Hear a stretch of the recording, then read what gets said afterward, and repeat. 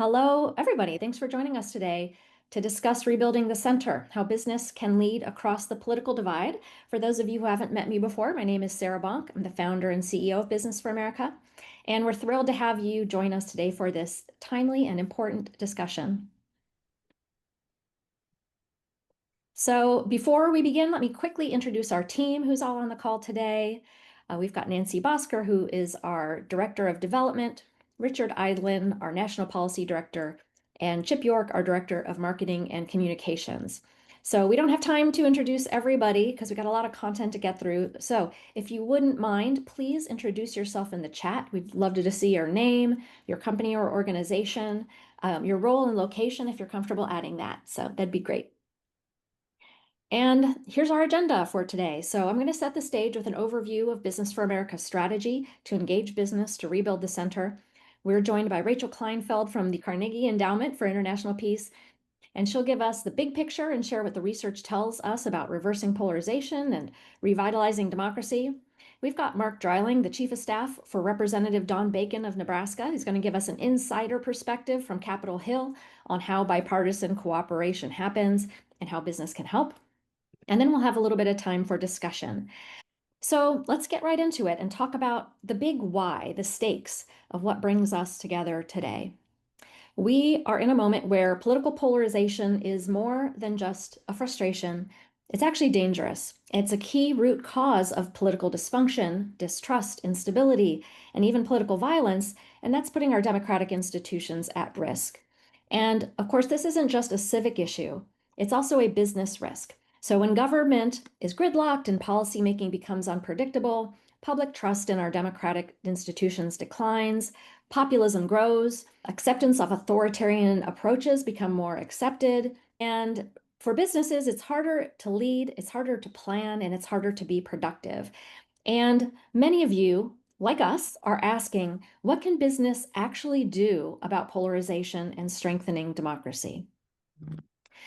It's also important to note that there's some things holding business back. Business leaders are concerned, but they feel stuck. Some are worried about backlash, are worried about appearing partisan, or they may not feel that they have the expertise, the resources, or the clarity to take meaningful action. Businesses need practical, nonpartisan guidance tailored for the private sector, and that's exactly the gap that we are here to fill. Business for America exists to mobilize the business community in support of a more resilient democracy. And Business for America is not the only organization working at the intersection of business and democracy, but we do have a unique approach for engaging businesses. First of all, we only work on the issue of democracy. We don't take a stance on other issue areas. This is really important to help us create a big tent of businesses. Second of all, we're nonpartisan. We don't do any electioneering. Third, we are cross-partisan. So not just being nonpartisan, but being cross-partisan, we actively engage folks across the aisle, think tanks with a wide variety of different viewpoints, left, right, and center. We have a vision of business as a positive and unifying force in our society and our politics, and our work is organized in these three pillars. First of all, corporate strategy and leadership, helping businesses understand the landscape and how they might engage. Second, employee and community engagement, providing the tools and the resources and the connections and partnerships in order to build out programming in that space. And third, bipartisanship and policy solutions. This is really a big part of Business for America's secret sauce, which is that we engage in Capitol Hill in a productive manner using the voice of business. Now, when it comes to engaging businesses, our job is to provide opportunities for civic leadership meeting these two key requirements, and this shown in this Venn diagram. First, we must understand what businesses are willing to do. What is possible? If we want businesses to take action, we have to be pragmatic and meet them where they're at. And then second of all is effectiveness. We want to help them do the right things based on what actually works. And that's where the research comes in. Here I wanted to highlight Rachel Kleinfeld's 2023 report called Polarization, Democracy, and Political Violence in the United States, What the Research Says.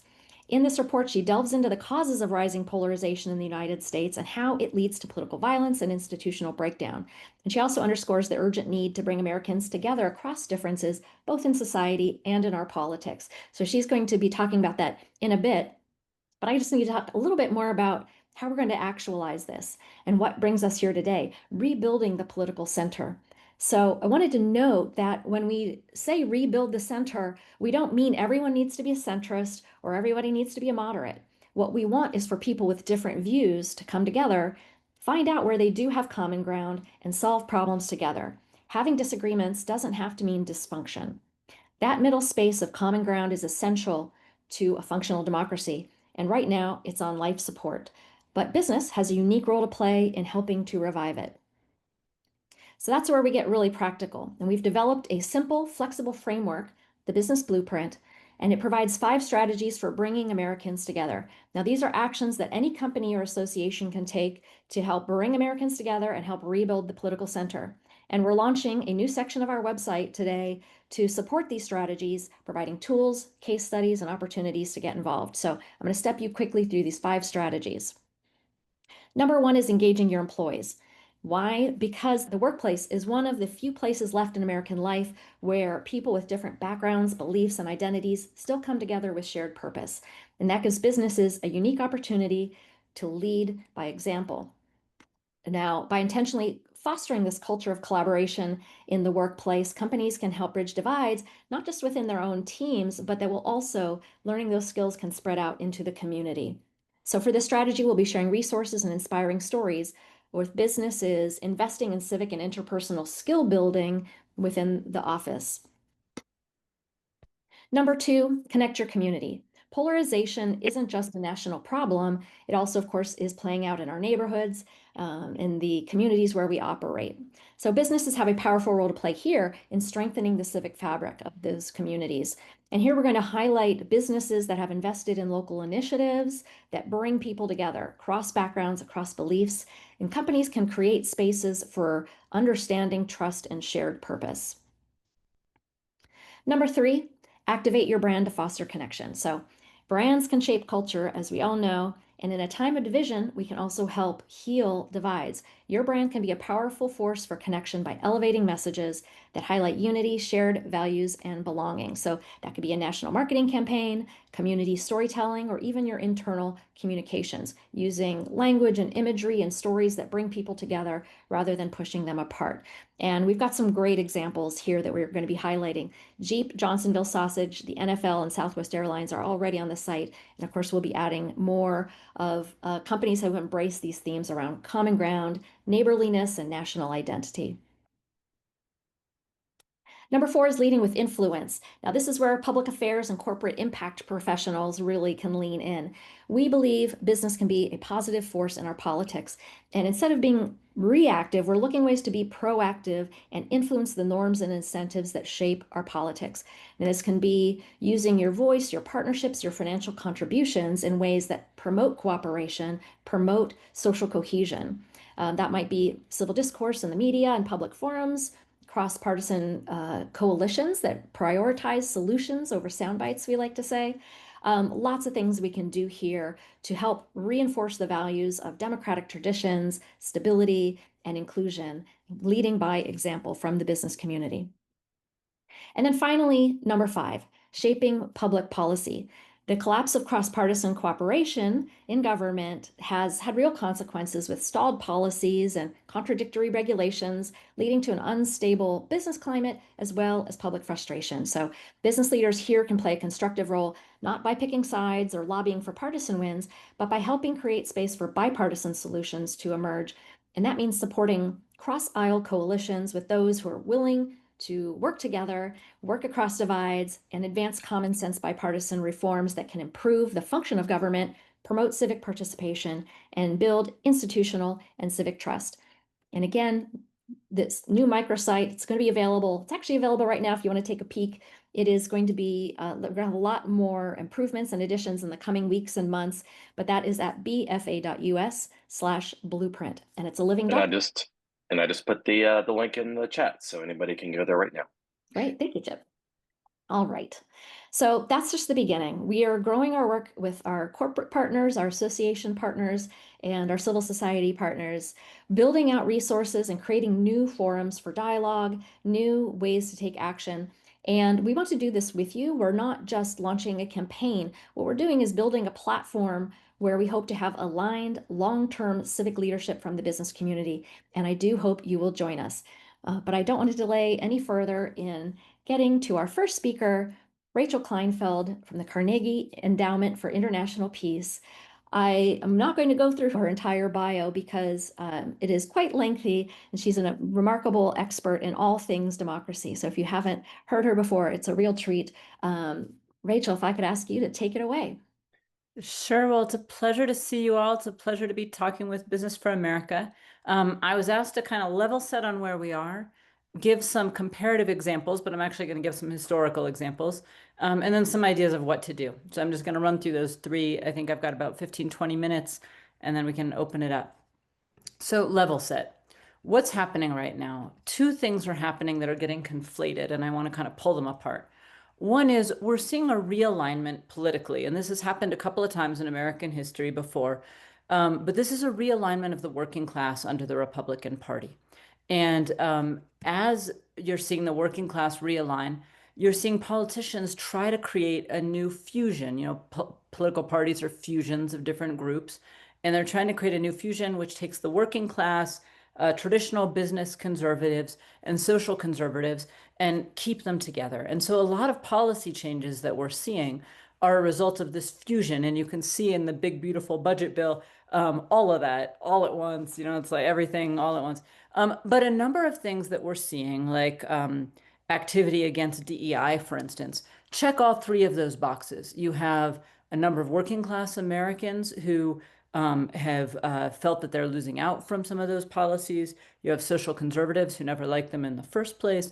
And you have business that is happy to kind of get back to business. So you're seeing alignments among these three groups, but you're also seeing differences. So working class Americans, much more skeptical of foreign intervention.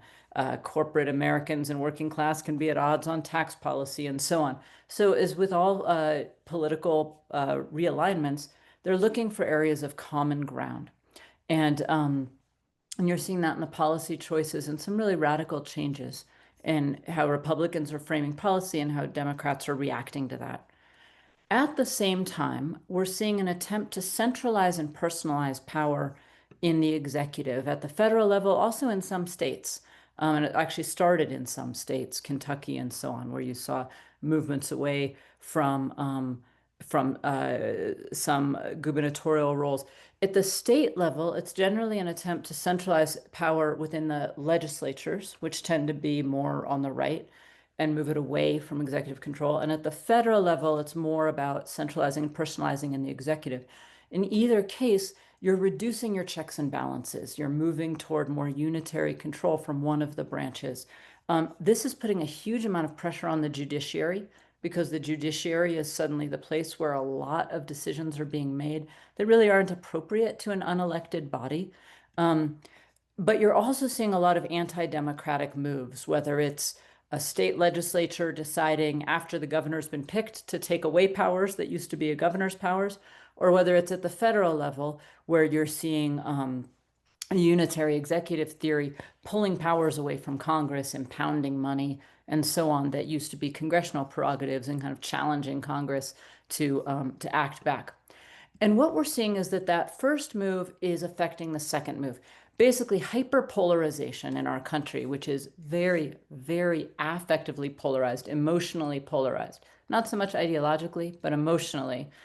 That hyperpolarization is being used to get voters on the right, particularly, but also to some degree on the left, to accept this agenda of changing the democratic rules of the game, reducing checks and balances in order to achieve their agenda. And you're hearing things like, and my brother serves in the Trump administration, so I'll say that I was talking with him last week, and he was saying, how do we cut government regulation if we don't have something like DOGE? Nothing else seems to work. So there's this kind of catastrophizing that's going on where nothing is achieving our agenda except taking powers that are not necessarily fully legal powers and acting on them before the courts can stop that. And the deep polarization between the two parties is opening the door to this centralization of power. So sometimes I talk to audiences who say, is it really polarization or is it authoritarianism? And I say polarization is opening the door to allow politicians to enact less democratic, more centralized solutions with voter support. The other thing this is leading to is political violence. And the way I think about this in terms of ways of acting against political violence, first, just to level set where we are. We have the highest number of hate crimes in the 20th century by a long shot right now, with fewer places reporting. So it's probably even higher than we know. We have threats against members of Congress, which have moved around a little bit. They went down a little bit over the last 4 years. They're probably up again, although the data's a little out. Threats against judges, sky high. We've never seen threats against federal judges like this. We don't have data on state judges. We're really at a positionality with political violence and threats that is that's extraordinary for modern day America. We saw a little bit of this around the civil rights era. We saw a little bit of this in the 1880s and 1890s, which I'll talk about, but never like this. Why is that happening? Well, the best way to think about it is this. There's always people in societies that are violent, that have aggressive personalities, and they usually hurt people around them. And if they're starting to move into more political violence, white supremacists in the 80s, in the skinhead movement, or the militia movement in the 90s, if they're starting to move into that and they're getting a lot of condemnation from political leaders and other elites, they stay small. So you get these fringe movements as we did in the 80s and 90s, but they don't move into society. But if you start seeing politicians and elites raising the temperature on targeted groups, then you see more violent people going after those targets, which is just what we're seeing. More violence against LGBTQ, Jews, Muslims, politicians like Josh Shapiro, the lawmakers in Minnesota, Trump himself. It starts to get mainstream. If politicians keep raising the temperature, and political leaders play a really outsized role here, then you start getting less violent people normalizing violence. So you start getting a normalization where regular people start saying, well, maybe violence is an answer, if nothing else, than to protect ourselves or defend ourselves and our communities. Once people move into the defensive mode, violence is defense, it can become much more attractive, because then non-aggressive people who would never really consider violence in everyday life start saying, well, how else do we defend ourselves, especially in a heavily armed country like America? That is starting to happen. We're starting to see that. And when that happens, you get this tit for tat of more violent groups growing. So it's really important to nip this in the bud now. And you'll see Sarah and Richard and so on have engaged me a number of times over the years. My findings are going to get more strident now because the data is getting worse. So it's essential to take down hyperpolarization. At the same time, we need to counter these moves against democracy, which are getting pretty serious. But if you counter the moves against democracy in ways that increase the polarization, you will not successfully counter the moves against democracy, because the polarization is opening the door. So you have to do both at the same time. You have to support democracy in a depolarizing manner. And this is really hard because all sorts of moves are being made to be polarized. Business has a really strong interest in this. You have a lot to lose from a more violent, polarized environment, and a lot to gain by stepping in nonpartisan ways. So I was asked to give international examples, and I actually instead want to give a historical example, because America is a really unusual country. We're the most heavily armed country in the world by a real long shot. Yemen is next in line. We're much more resilient than most other democracies. We have way deeper democracy, way deeper institutional heft in that regard, far more professionalization. We also are much more polarized than almost any other democracy. So the weaknesses are great, the resilience is high. So anyway, let me go back to the 1880s, because in the late 1880s was the last time we had these kinds of levels of polarization, although we've exceeded them now. And business leaders confronted a country where these big industrial leaders had made massive technical progress in railroads and steel, in the cutting edge industries of their day, just like we're seeing today with business leaders and AI and tech and so on. But in the process of doing that, the social contract had just been torn to shreds. You had gotten a very corrupted democracy, in part corrupted by the robber barons. I work at Carnegie Endowment for International Peace, so let me point to my namesake as one of those people, working with really venal political leaders. And the level of corruption was really deeply intense. And the American people were polarized and were getting more violent. So you started to see anarchist bombings, miners' strikes, business using violence against strikers. The first presidential assassination happened during this era. So a lot of similar reactions to this sense that government wasn't working, we couldn't change anything, everything was very corrupt, the people didn't really have a voice. And business had to figure out what to do. And they basically took three directionalities. One group of businesses literally started arming themselves. So there's an armory on Park Avenue in New York City, which is gorgeous. If you've ever been in the armory, they use it for weddings and stuff now. But it was built by the very wealthy of New York, the kind of great Gatsbys of New York, saying our sons had better have access to arms when the class war comes. We want to defend ourselves that way.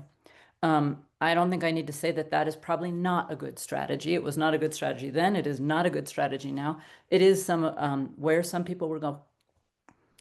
Then you had Andrew Carnegie, who started the Gospel of Wealth, and he said, "Wow, we're about to face real warfare between." At that point, the polarization was elites versus the poor. We'd better spread our wealth around. And he wrote the Gospel of Wealth, and it was about redistribution and kind of you make your wealth and then you spread it around. And that kind of like the giving pledge today caught on with some people. It kind of didn't disrupt the status quo too much, but it did change the notion of how business interacted with society. I benefited from it personally. It's had much greater lasting cultural impact, but those were kind of the poles. Most business, though, chose a different route. At the time, there was a movement that had started called the progressive movement. And now we see the progressive movement as left wing. But at the time, it wasn't left wing at all. It was actually factions within both parties because the corruption had spread across both parties. Theodore Roosevelt's the only politician, or the only presidential politician who ever ran on a progressive ticket. And he, of course, had been a Republican before that. Most of the progressives were at the state and local level. And what they were was really a good government movement. It was a movement that was heavily supported by business to create factions within both parties that would be less corrupt. And the reason that business cared so much was that if you were a robber baron, you could buy off the New York State legislature, or you could maybe buy off your local congressman. But if you were a Main Street business, you didn't have that kind of resources, and you were fighting ward politicians that were making urban government just unworkable, trash on the streets, policing wasn't working, your sort of basics of governance were failing. And then you had corporations that were constantly being asked to pay bribes. And nobody wanted either way of that. So you had these Main Street businesses and regular businesses starting to fund factions in both parties who would have a different way. And we're seeing this in other countries too. Estonia became Estonia. We see this in some of our localities like Mesa County, Arizona, really working to become a more efficient government. But if you supported a similar movement in both parties in America in the present day, it would be a form of an agenda that would cut across the political divide without directly running into the buzzsaw of polarization. And one of the things I've found in my research overseas is that if you directly run into the buzzsaw of polarization, you just get pushed to one side or the other. Oh, you're a company that's on the left. You're a company that's on the right.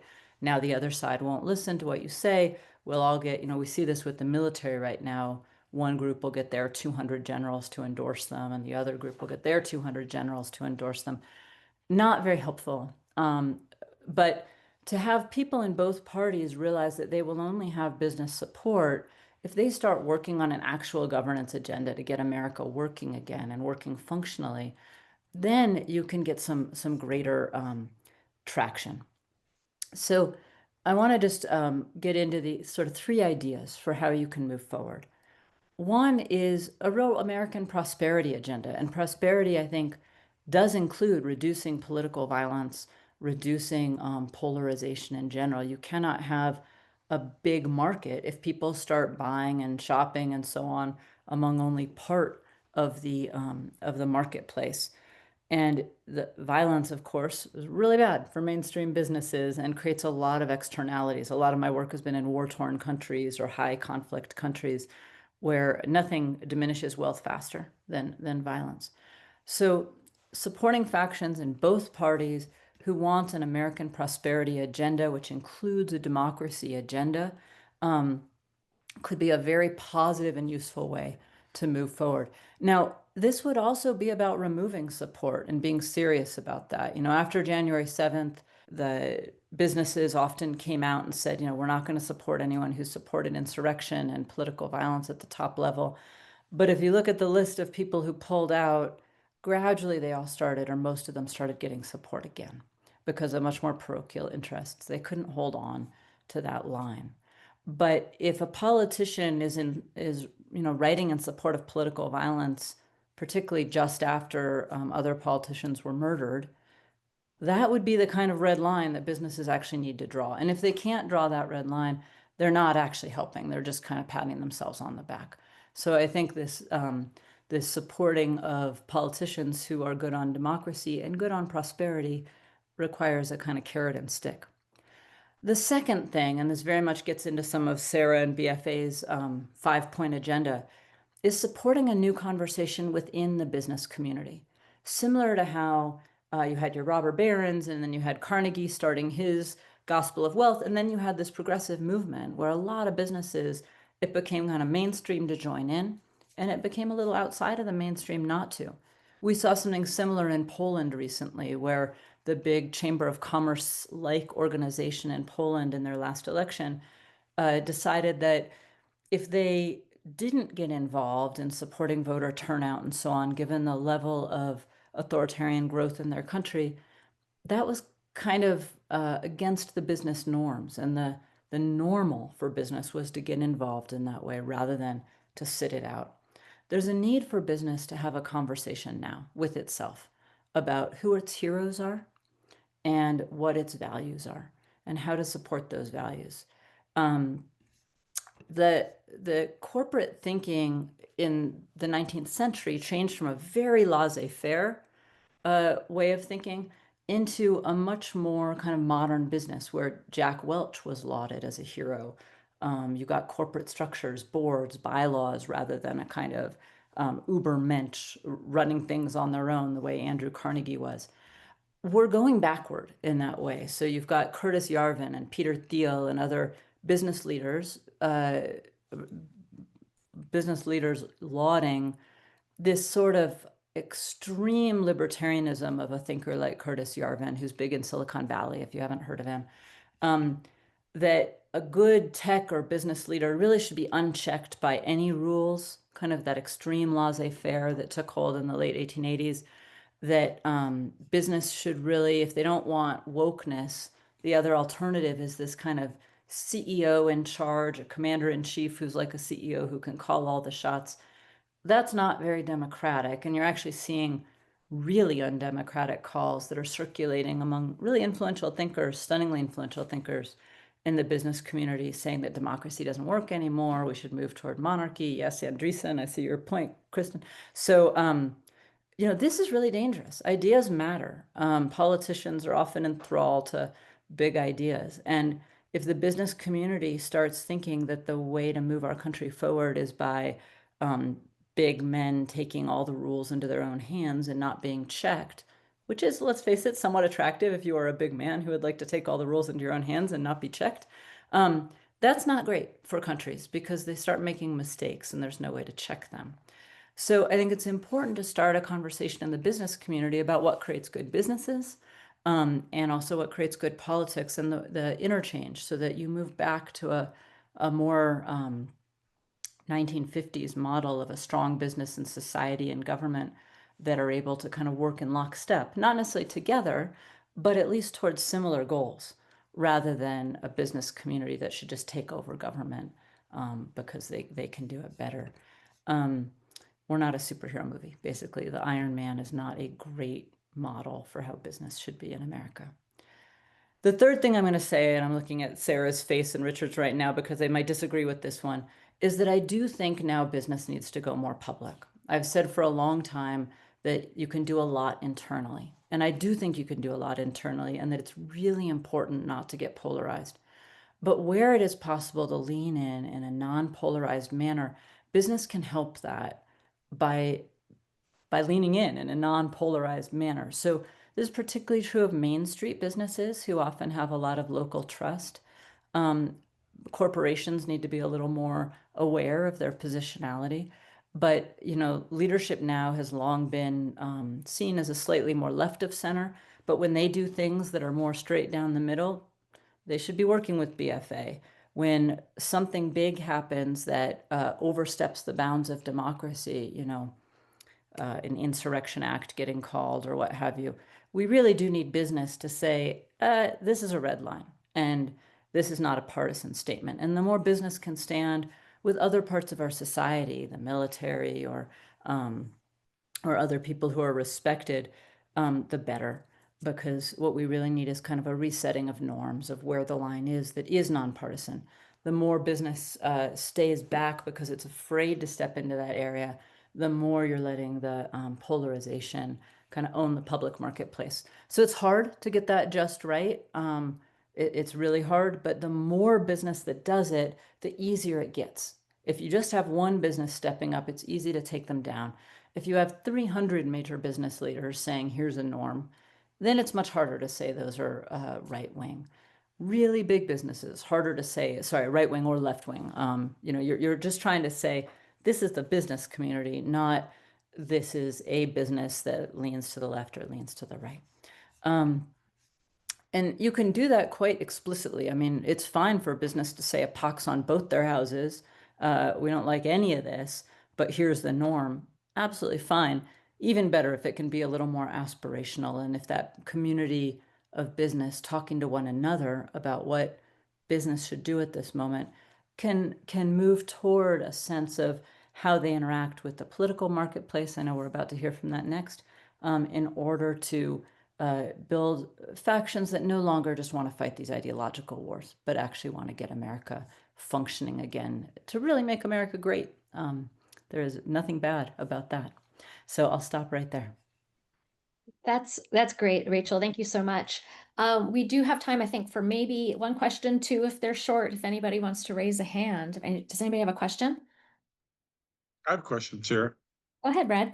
Brad Fitchwood, formerly with the Congressional Management Foundation. A lot has been made of the political right, and rightly so, in their role in fostering the environment that we're in. But could you speak, Rachel, to the political left that has really demonized the corporate community in ways that, may or may not be fair? I'm not going to, judge that. I'm not an expert in it, but certainly the corporate community feels like they've been demonized unfairly. And has that, in some respects, pushed some of, we'll say, either Silicon Valley or the corporate community into the arms of the monarchists and those people that want a more unitarian government? Yeah, so there's a decent reason for pox on both their houses. Um, I think that the left tends to see authoritarianism as a political activity, and I think the right tends to see it in the social and cultural spheres more. So, for instance, they'll say, "Look, you pushed conservatives out of the academy, but you have to go through the academy to get a good job now. So, what does that mean for all the conservatives that were pushed out?" Or you pushed this woke agenda into our businesses and it really affected our businesses a lot. And there is absolute truth to those comments. Um, who went first, if you look at the data on who moved, the left moved far more liberal before the right started moving. And the right actually is not moving more illiberally on a lot of the social and cultural issues except immigration, so much as they're moving slower than the left. So you're actually seeing people on both sides moving toward acceptance of transgender or other things. But the left is like this way fast over here, and the right's kind of a little bit. And so it's creating this sense of polarization. That said, I also think the whole left-right discussion is really quite unuseful, even though I was using it myself, in that we are facing this realignment. And it's really hard to get out of thinking about left-right, but a working class realignment where the left has given up the working class to move to a more identity focus, whereas economics used to be bread and butter of the left, is throwing all the cards up in the air. So you're getting a lot of differentiation, and I tend to see it as an elite that's moving more toward identity, more toward kind of higher level order thinking. And I don't mean that in a positive way. Let me just say I'm thinking in terms of, first you take care of your security, and then you take care of your economics, and then you can take care of your identity needs. The left is moving more toward identity needs, and you've got a right that's saying, oh, there's a lot of ground over here on economics and security and so on that we can seize. It's changing everything. So it's useful to not just think in terms of left and right, but kind of different groups in society, because we are seeing just a ton of movement right now. Great, thank you. Well, Bob has a question. Bob, I'm going to ask you to ask the question, and then Rachel, get a quick take from you, and then we'll move on to the next section. So go ahead, Bob. Thanks. Maybe I can almost integrate Kristen's after it because there's a kind of a relationship. So, I put in there business leaders, I think like everybody, they see everything as political. So even stepping in to take a middle position or promote democracy, I mean, anything, they just view that as political in itself, and it scares the hell out of them. And so they just kind of basically want to stay away from it because they think, if you're doing anything, even to promote middle, it means there's something wrong with the current, and that offends a certain number of people. So, what do they do about that? And just to kind of, integrate Kristen's thing about, so what about the roundtable? What about the business roundtable? What about the U.S. Chamber? Yep. I mean, it seems to me most business leaders, there's protection in numbers. They don't want to be out there doing it. They kind of want the associations, the organizations to do it, kind of like BFA as well. I don't know. What's your take on that? Yeah, so I think it is completely rational for everyone to want everyone else to put themselves on the firing line. And that is also how you lose democracies. And so this is the hard thing, right? It's not in anyone's interest to jump in, but it is in everyone's interest as a collective action problem to have checks and balances in our society and not have a government that's overly in control of a business sector. And that goes for the left and the right. I mean, I think the business had a lot of legitimate concerns about Biden as well. So yes, absolutely. It would be good if the Chamber of Commerce got more involved, if BRT got more involved. You really want the more groups, also the more cross-cutting groups, so business that's seen as trustworthy by X and Y contingent, Dick's Sporting Goods for the hunters and fishermen out there, versus a United Airlines for the people who are flying a lot. So the more you're kind of getting a spectrum of different businesses, the more mainstream the businesses are rather than B2B, all these things matter. We're finding in the civil society arena that as politicians are kind of condemning NGOs, Americans don't, first of all, know what an NGO is, and they make strong distinctions between the ones they know, like Boy Scouts of America, and the ones that they don't really know or think might be kind of left or right aligned. And so that's why I'm saying that the mainstream businesses that have household names have a kind of outsized role here, your Walmarts and so on. And I think, as Kristen says, it's absolutely about safety in numbers and getting more to step out together. Because what happened in the past was that you would get a couple standing up. Georgia had a law that was problematic, and Delta Airlines jumped into the mix, and so did a couple of other Georgia-based companies. And they got really run over the coals, and it scared everyone else from doing it. You need the power to be more on your side. And that's hard. It's just hard. And that's part of why I said that the business community needs to have some internal conversations and reckoning, because in most communities, I mean, Sarah and Richard asked me for international examples, and I can give you a few, Poland and Guatemala and so on. But in most cases, the business community is actually on the wrong side of the situation until democracy declines to the point where it's very hard, if not impossible, to get back, like in Hungary or Turkey. It's rare that you get a country like Brazil where the business community says, actually, we're being targeted enough as elites that we'd better step in and right the ship again before we lose it. Yeah, well, I think that's a perfect segue, actually. Thank you so much, Rachel. Thanks for the question, Bob. And really demonstrates the need for spaces like this for us to talk about how do we do this? How can we mobilize business? So I'm going to hand the mic here to Richard to take us into our next segment. Good, thank you. And thanks, Rachel, so much for that. Very insightful. We're happy to have Mark Dreeling with Representative Don Bacon's office. Mark is the Chief of Staff and has been with the Congressman since 2017, when Mr. Bacon was first elected to Congress. Mark, thanks for joining us. How you doing there? Busy year. Busy. Yes, good. Well, understood, but thank you for your work there.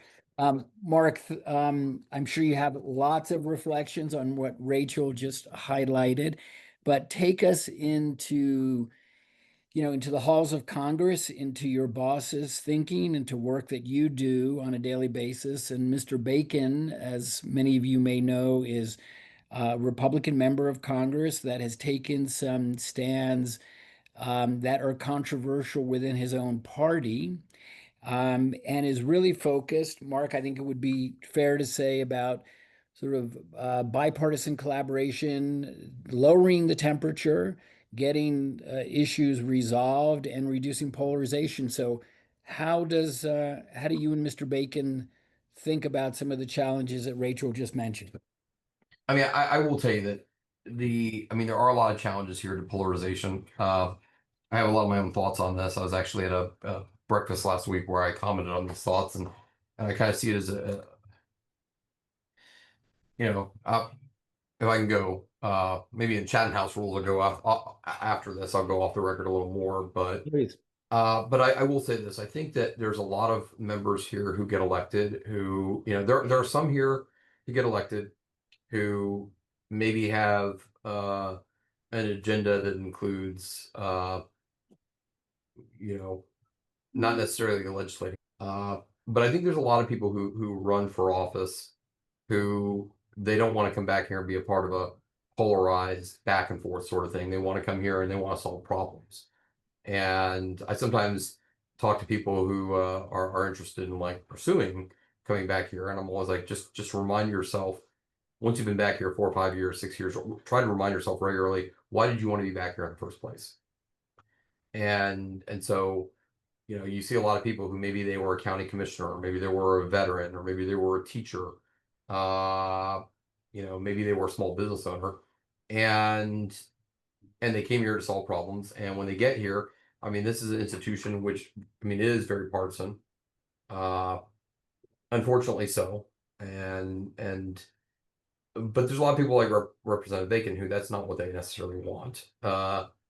And they need to look for ways to reach cross aisle. And I will say this institution has become more polarized every year I've been here.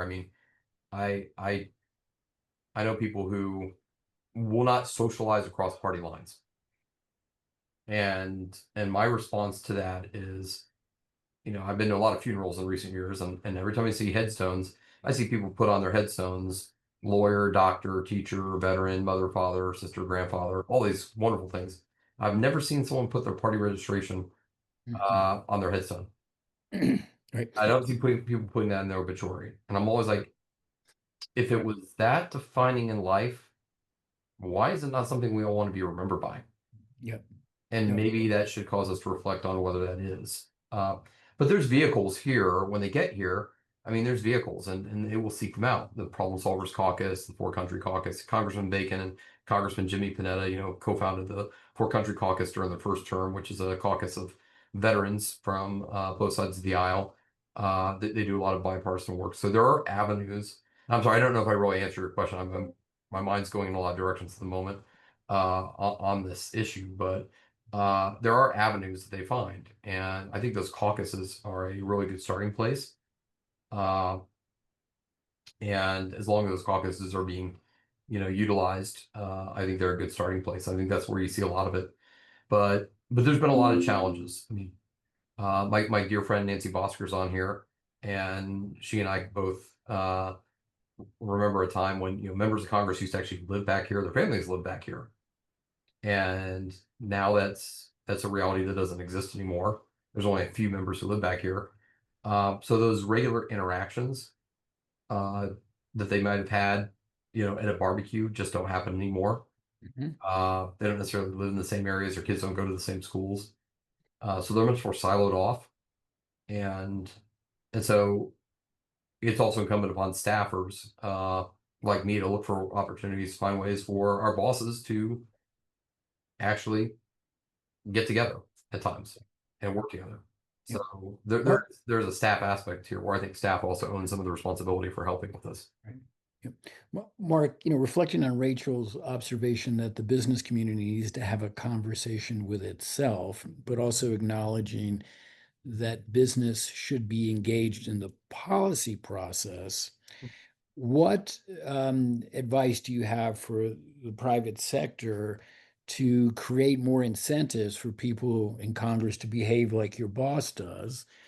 And, what role could companies take and what messages might they be delivering to members of Congress to operate in a less polarized partisan manner? Well, I mean, the first thing I'd say is this with businesses. I mean, there's a political side of this I can't really say from where I'm sitting right now, but I think that might be self-evident. There's a lot of things. I think business leaders reaching out directly, business leaders engaging with people on the Hill, business leaders bringing common sense solutions is a good starting point. I would also caution businesses to maybe stay out of some things. I would caution them, be careful what they post on social media. I mean, if I'm going to be brutally honest, when you had, I'm sorry, I don't drink beer. Was it Bud Light? That got involved. Yeah. Okay. So I'm amazed I remember that because I don't drink beer. But when Bud Light got involved in a marketing issue a few years ago that touched upon a social issue, and again, without even going into any thoughts on that, that was entering into the middle of a very polarized debate. I don't know that was necessarily a good business decision for them, and I don't know that was a helpful political decision when it comes to engaging. I mean, that's just my thought. So I would say, like, wade into those things carefully, wade into the pop culture stuff very carefully, whether it's on the right or left. Be very cautious on that. I mean, I just think that gets politicians, that gets universities, that gets everyone into trouble. And so I'd be like, yeah, wade into that with caution and do kind of like we did in the military. It's like whenever I was going to send an email out because there was something major, and I'm like, okay, I wrote it, I reread it, and maybe I went and got advice from someone and said, okay, is this a good thing? So that's one thing I'd say on social media, especially. Be very, very careful because again, that translates into, okay, then you're coming up to the Hill to ask for something, and I've seen that a few different times where big corporations have put out something. And then they come to the Hill. I mean, there was one of the major league sports leagues got involved in some political stuff a few years ago, and then they're reaching out to the Hill like the next week, and I'm like, okay. And I heard back from that. I tend to be one of those people who I try not to have those preconceptions, and I'm like, okay, all right. Like if Bud Light reached out to me for a meeting, I'd be like, okay, yeah, I'll take it. I'm like, yeah, you have a controversy right now, but that doesn't necessarily mean that impacts everything that you're doing, and that doesn't mean that whatever you're bringing to me is no less relevant. But I am not everyone. Right. Yeah. So if you think about the incentives, and I think probably need to make this unfortunately our last question, Mark. Okay, and I'm sorry, I didn't mean. By the way, if anyone works for Bud Light, didn't mean to pick on that. It's just an example. No. I didn't think you were picking on them. Okay. There are lots of examples. If you think about the incentives that members of the House have to be less polarizing and also to reassert their constitutional responsibility to check the executive, what comes to mind? What are the incentives, for instance, that drive Mr. Bacon to take some of the principled stands that he takes? Well, I mean, here's the thing. I think it goes back to what's the motivation of the member as well. So, for example, Mr. Bacon came here very clear. He wanted to get things done. So if you have a member who wants to get things done, who cares about good government, there's just an incentive there to do that. I mean, it's like, okay, Congressman Bacon is an example. Congressman Jimmy Panetta is an example. Congressman Salud Carvajal represents Vandenberg Air Force Base, has a natural incentive to want to see good development policies that impact the space range. I go down the list of members on both sides of the aisle, and I'll be honest, I admire, there's a lot of people on both sides of the aisle I admire who are very serious about that. And these are not the ones who are out there throwing figurative bombs on social media. But I think you have to look at some of the motivations. And And it's sometimes, I guess it's more a question of not how do you motivate, but how do you better support those who are motivated to go and do those things in the first place? How do you identify them? How do you motivate them? And how do you provide them the back or the top cover? When we had the bipartisan infrastructure bill that was being pushed several years ago, I'll give you a prime example because you're asking, how do you help those members? The bipartisan infrastructure bill in our district, our mayor, actually not just our mayor, multiple mayors all across our district, to include our largest city, the chamber, the labor unions, the ag producers, like almost every single stakeholder in our district, no matter where they were on the spectrum, was all for that infrastructure bill. The only person who was against it was a guy who's been leading a small little anti-tax group for 40 years that has about 15 people. There just wasn't a lot of people against it. I mean, that was kind of what was going on there. So there were a lot of outside groups that decided to get involved and were helping put that message out about all the support and all the appreciation. Right. But we were at the same time dealing with folks who are not from our district and had other motivations who were literally slamming us right and left. Right. But it was business community leaders that got out there and said, "Hey, this is good," and Right. that was top cover. That's the other thing. Sometimes when a member's doing something, just that top cover, and that could be a lot. I mean, I would get phone calls saying, "Oh yeah, in the World Herald, someone put out this big op-ed, huge op-ed." Another person put out like a huge, actually they put an ad as well. Then they misspelled bacon, interestingly, which I thought was, it was pro bacon, but bacon, the name bacon was misspelled. I was like, but the intent was there. So I was like, all right. Good. Uh, Good. Let me ask you to hold there for a sec. As usual, this conversation could go on longer than we've allocated time for, but Mark, thanks so much, and Terry as well. Let me turn it back to Bonk, and I think she's going to close it out here, folks. Yes, thank you, Richard. So yes, thank you again to Rachel and Mark for all their insights, and thanks to all of you for joining us. Appreciate your time. As you noted earlier in the call, we are going to be building out these 5 lanes of activity and finding ways to engage businesses. So if you would think about, from the standpoint of your business, your association, or some of the relationships you have, what is the first next logical step, whether that's reaching out to Business for America, using some of our resources. We're looking to find ways, the on-ramp to helping businesses take more meaningful action in support of our democracy and reducing polarization and bringing Americans together again, both in our communities and on Capitol Hill. So thank you all again so much for your time, and we will be in touch.